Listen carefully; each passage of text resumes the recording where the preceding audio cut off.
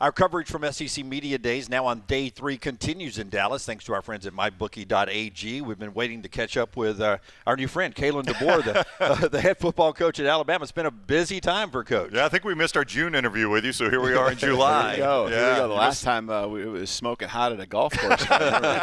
Maybe there's been one since then, but it feels a little better in here today. Yeah, so. it does. Are you I know you've done this before as a coach, but SEC Media Days can be a bit of a circus, especially when Alabama and Texas are on the same day. Yeah, looking forward to it. That's what's awesome about the game is the passion, and of course, being at Alabama and the SEC, it's on another level. So, looking forward to today. Promoting our game, promoting our program. Dunaway was asking about the All-Star game. Did you watch it? Did you really hit over 500 your senior year at Sioux Falls? I believe it was something around that. Yeah. For an entire season? Do you remember, we're talking hundreds of at-bats? No, there wasn't hundreds. Up in South Dakota, your season's pretty short, so every at-bat matters. So I could have gone 0 for 2 and probably dropped it to about 350. So you ever play baseball in the snow? I mean, when it's snowing. Oh, man, I've seen snow on the ground when we're playing baseball. Wow. Yeah, so. When I did the Tide Tour interview with you, I didn't have any questions, so we took all the questions from the crowd that night, and I left, and I was like, I remembered I wanted to ask him about the in-helmet communications, how that's going for you guys. So I'll ask you here, how do you like that, and have you seen a positive and a negative to it so far? Yeah, that's been actually something even here just in the last couple of weeks. I've been continuing to just try to process, and you kind of had the first go around in spring ball, and we had a limited number of headphone that were available just because of the supply and demand across the country now with all the programs having it. So a couple quarterbacks, a couple guys on defense had it, and at first it's just a matter of getting used to talking and having that headpiece in your helmet, but I just got to make sure that we can use it maybe to an advantage. Just strategic. It does shut off with 15 seconds left, and so there's pieces of the game. As long as you've done this 20 plus years, there's new elements now, and it honestly it kind of makes it fun. Makes it fun. But I think it's a good thing. I don't know if it necessarily solves what I think it was intentionally brought up to do, and the stealing of signs or whatever it might be, because I think that can still happen. I'm sure there's going to be maybe teams that format things with more huddling and stuff, which will certainly help in that case. But it's been good so far, and we'll have a kind of more refined approach as we get into fall camp, and especially with the scrimmages. I know coaches like you live in a little bit of a bubble, but I'm sure you're aware when you're hired from Washington, the immediate narrative becomes, he can't recruit in the South. This guy can't recruit. He's never recruited in the South. And you guys have been on a recruiting tear. To what do you credit that recruiting tear that you've been on? I just want you to know, we said recruiters can recruit. It doesn't matter if you've ever been in the South, because I think that is just kind of a misconception. I think you guys know how to recruit, so you've done pretty well at it here lately. Yeah, I'm really blessed to have a staff that gets it. We had to be intentional with who we hired. You want to have great coaches. You got to have great mentors, teachers, all of the above. But you also have to have great recruiters. You're as good as your players, and we knew that. And just the way it came together, I really feel great about the staff and their resumes or experiences recruiting, and even in the Southeast. I think a lot of people thought Washington guy, bringing Washington people, and yes, that's the case. But we mix and matched and meshed a staff that I think really works well together.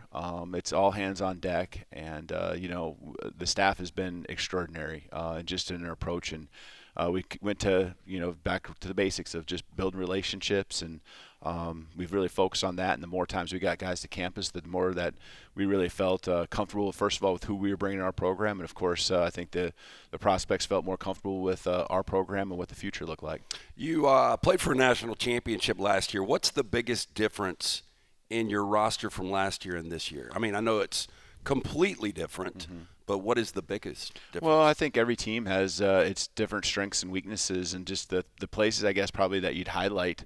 And as much as there's similarities, I think there's there's differences, there's experiences that we went through, in those 2 years. But I feel like the competitiveness is very similar. What the guys do each and every day is on a high level. That's the way it was at Washington, and the way I've seen nothing but. In fact, our players the other day just going around and talking about what they feel about how they feel about our team. Some of the leaders just talking about they love how competitive we are each and every day, whether it's in the weight room, on the practice field, when they're doing their practices, player run practices. But I think you're going to look at the guys that were draft picks a year ago at Washington and highlighted that team, and you're going to look and you're going to make those comparisons. It will look different. It will look different on how we operate, just because it's different people. It's different coaches in a lot of ways, and it's certainly different players. And so we're just going to work to our strengths that we have,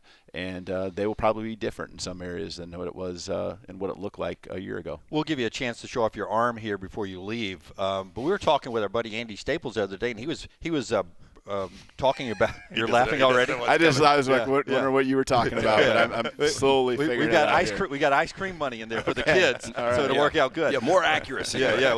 We need somebody to hit that shot at some point. But Andy and all of us were talking about how much you love to run the football the other day, because everyone just thinks about you pass, but you have a history of a really good run history, and you've got a great offensive line, really talented running backs. Tell us how much you do enjoy running the football. Yeah, it's a team game, and you got to do what it takes to win. And if you go back over the years, a balanced attack has been really what we've been able to do. And the balance doesn't mean that at the end of the day the stat line shows 50-50 attempts or even yards run to pass, but it shows the ability to do both. And there's nothing more demoralizing than just getting the ball run down your throat over and over and over again. And so, we'll take great joy in that when those times come. But we also, are not going to force the things when plays can be made down the field and the opportunity exists to take shots, to throw the ball. We're certainly going to do that. But yeah, there's been a long history of controlling the game, controlling the football. We will still do that, even like last year. The time of possession was usually in our favor, just because it's high completion percentage.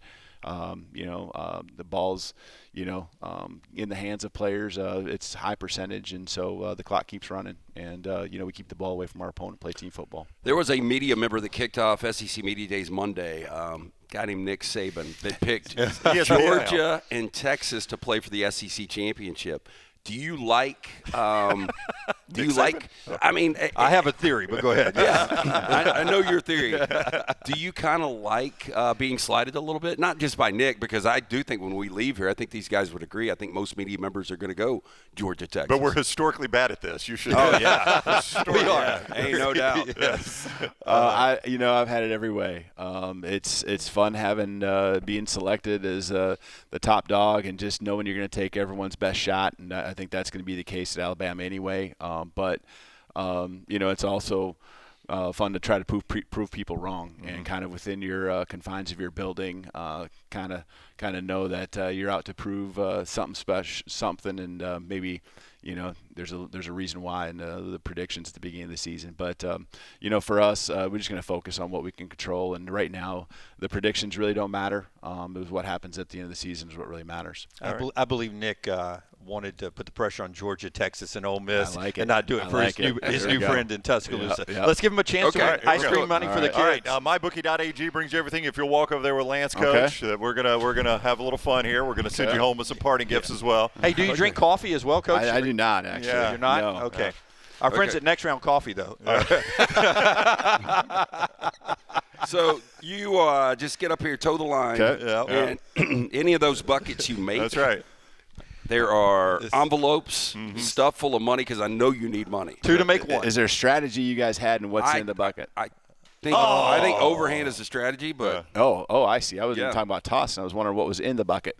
There we go. About to find out. I figured the point one was the hardest one, so I went after it twice. Yeah. So reach in there, forget the coffee. All right. There's an envelope in there. There's an envelope. Yep. Open that. We got some cash in there. What's the denominations? 20s, 50s, and 100s. I think he's probably going to get 100. I'm just guessing. So? Yeah. 20. 20. All right, Oh, 20. $20. There you go. All right. That should get you to August. I felt like that was the toughest one. There's got to be a. Well, you get to bounce at that point, right? I got you. If it does Okay. that. Yeah. Thank you, Kalen DeBoer, man. Good luck this Good to see season. you, We Coach. look forward. Thanks, guys. Yep. Roll Tide. Thank Yep. you.